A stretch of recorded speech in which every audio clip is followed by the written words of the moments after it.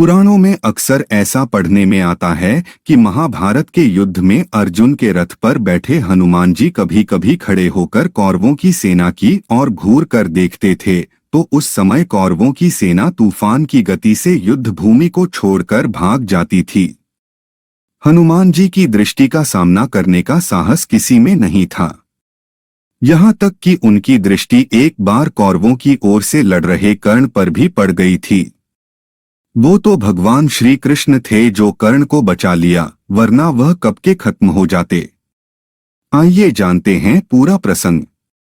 एक प्रसंग में बताया गया है कि जब कर्ण और अर्जुन के बीच युद्ध चल रहा था, कर्ण अर्जुन पर भयंकर बाणों की वर्षा कर रहे थे।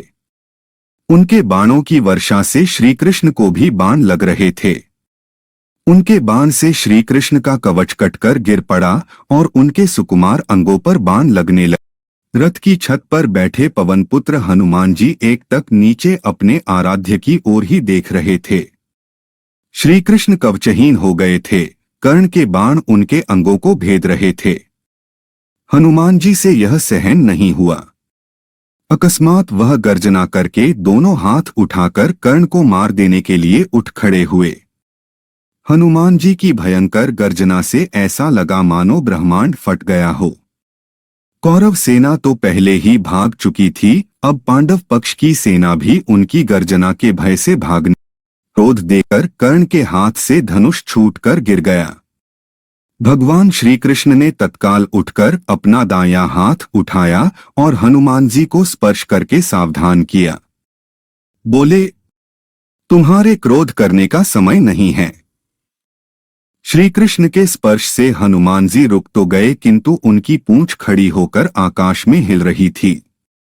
उनके दोनों हाथों की मुट्ठी बंद थी। उनकी आंखों में मानो आग भरी हो। हनुमान जी का क्रोध देखकर कर्ण और उनके सारथी कांपने लगे।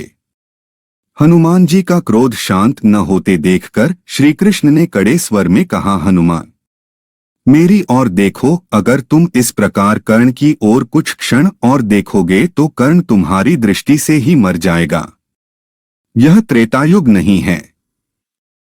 तुम्हारे पराक्रम को तो दूर, तुम्हारे तेज को भी कोई यहां सह नहीं सकता। तुमको मैंने इस युद्ध में शांत रहकर बैठने को कहा है।